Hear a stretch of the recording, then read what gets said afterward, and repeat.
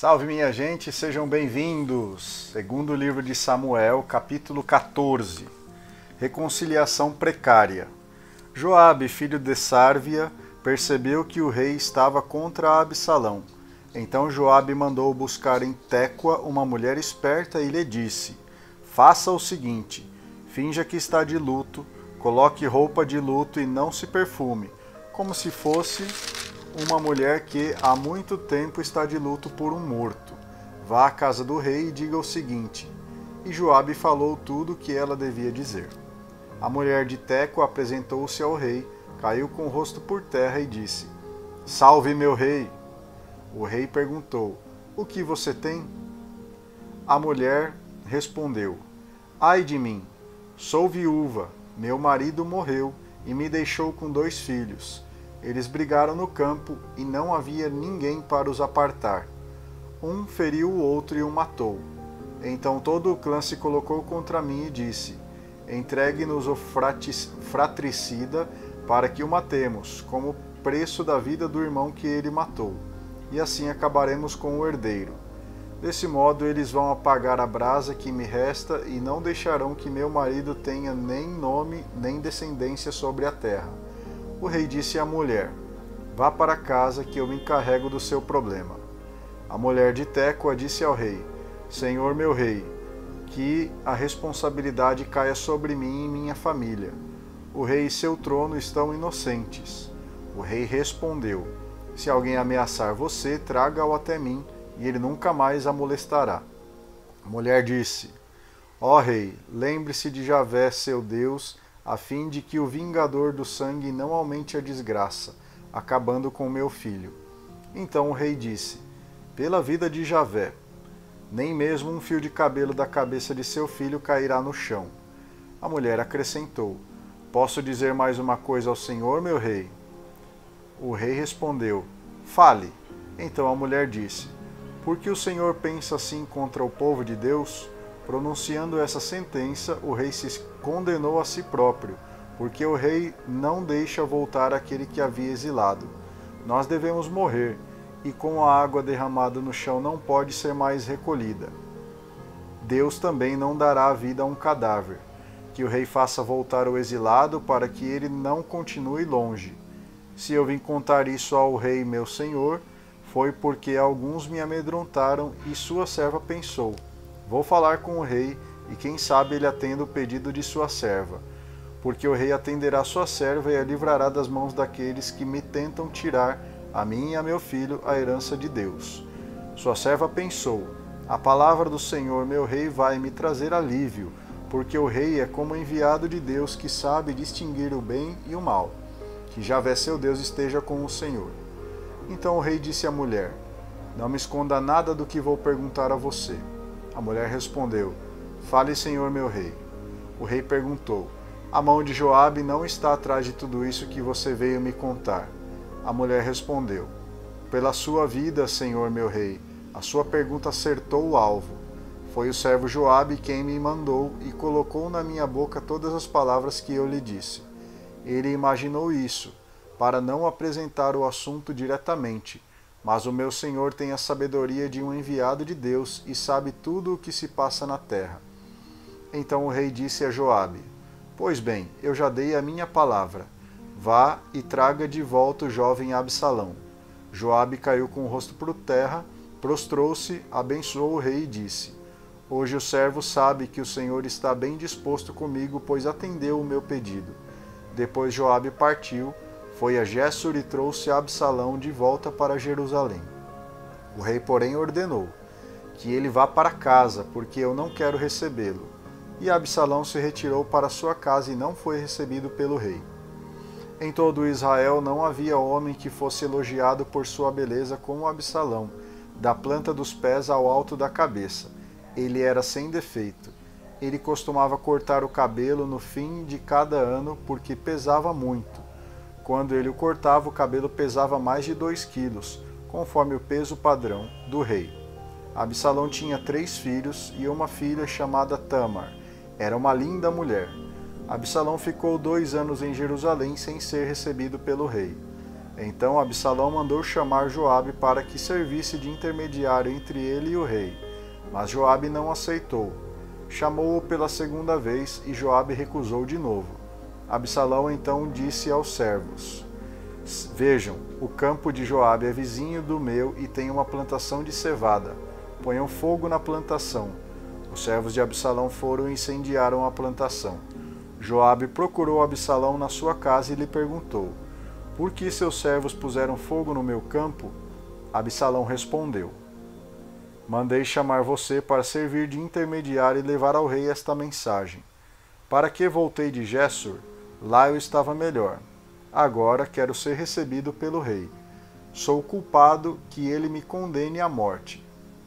Joabe se apresentou ao rei e lhe relatou a mensagem. Então o rei chamou Absalão. Este se apresentou e se prostrou com o rosto por terra, e o rei beijou Absalão. Capítulo 15. Absalão prepara um golpe de estado. Depois disso, Absalão providenciou para si um carro e cavalos, e também uma guarda pessoal composta de 50 homens. Absalão se levantava bem cedo e ficava junto ao caminho na porta da cidade.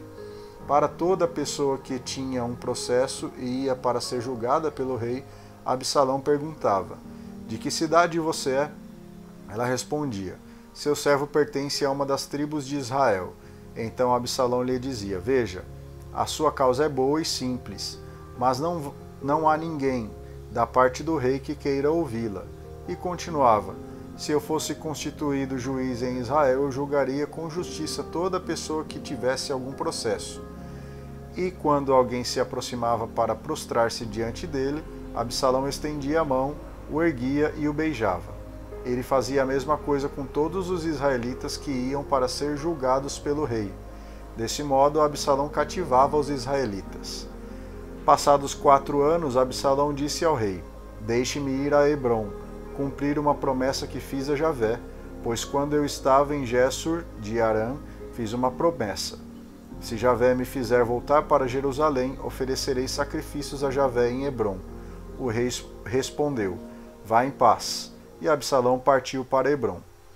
Então Absalão mandou emissários para todas as tribos de Israel com este recado: Quando ouvirem o som da trombeta, vocês poderão dizer: Absalão se tornou rei em Hebrom. E Absalão convidou para o acompanhar 200 homens de Jerusalém, que foram inocentemente, sem saber de nada. Enquanto fazia os sacrifícios, Absalão mandou buscar na cidade de Gilo a Gilonita Aquitofel, que era conselheiro de Davi. A conspiração se fortalecia e o partido de Absalão aumentava. Traição e fidelidade. Alguém informou a Davi: Os israelitas aderiram a Absalão.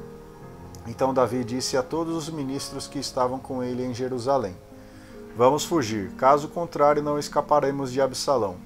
Vamos partir depressa, para que ele não chegue antes e nos ataque, nos destrua e passe a cidade ao fio da espada. Os ministros do rei responderam: Qualquer que seja a decisão do Senhor nosso rei, ficaremos às suas ordens. O rei deixou 10 concubinas para guardar o palácio e partiu a pé com toda a sua família. O rei saiu a pé com todo o povo e pararam na última casa. Todos os seus ministros se colocaram a seu lado, e os cereteus, os feleteus, Etai e os gateus que tinham vindo de Gate, cerca de 600 homens foram passando diante do rei. E o rei disse a Etai, o gateu: Por que você veio conosco? Volte e fique com o rei, porque você é um estrangeiro que vive longe do seu país. Você chegou ontem. Como posso permitir que saia hoje conosco como errante, quando eu próprio estou andando sem rumo? Volte e leve seus irmãos com você, que Javé seja misericordioso e fiel para com você. Etai, porém, respondeu: Pela vida de Javé e pela vida do Senhor meu rei, onde estiver o Senhor meu rei, aí também estarei eu, tanto para a vida como para a morte. Então Davi disse a Etai: Vamos em frente. E Etai de Gate passou com todos os seus homens e toda a multidão que estava com ele. Todos choravam e gritavam. O rei parou na margem do riacho do Cedron, e todo o povo desfilou diante dele em direção ao deserto. Aí estavam também Sadoc e todos os levitas que transportavam a arca de Deus. Eles puseram a arca de Deus diante de Abiatar, até que o povo todo acabou de sair da cidade. Então o rei disse a Sadoc: volte com a arca de Deus para a cidade. Se Javé for bondoso para comigo, ele me deixará voltar para rever a arca e sua habitação.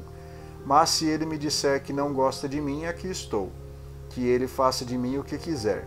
E continuou: volte em paz para a cidade com seu filho Aquimaas e Abiatar com seu filho Jonatas. Vejam, eu vou ficar andando pelos caminhos do deserto, esperando que vocês me mandem notícias. Sadoc e Abiatar voltaram para a arca de Deus, para Jerusalém, e aí permaneceram. Davi subiu à encosta das oliveiras, chorando, com a cabeça coberta e os pés descalços.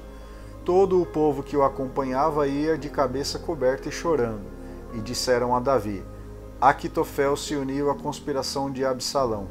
Davi então rezou: Javé faze com que o plano de Aquitofel fracasse. Quando Davi chegou ao ponto mais alto onde se adora a Deus, foi ao seu encontro e seu amigo Cusai, o Araquita.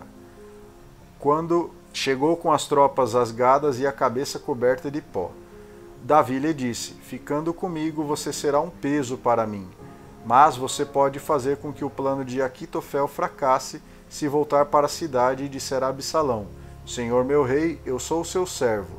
Antes fui servo do seu pai, mas agora sou seu servo. Lá você terá do seu lado os sacerdotes Sadoc e Abiatar.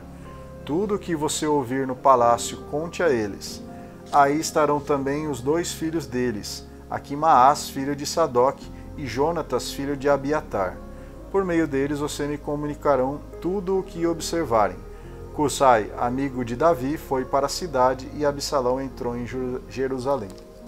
Muito obrigado por ter acompanhado o vídeo até aqui comigo. Deixe o seu like e a gente se vê amanhã. Tchau!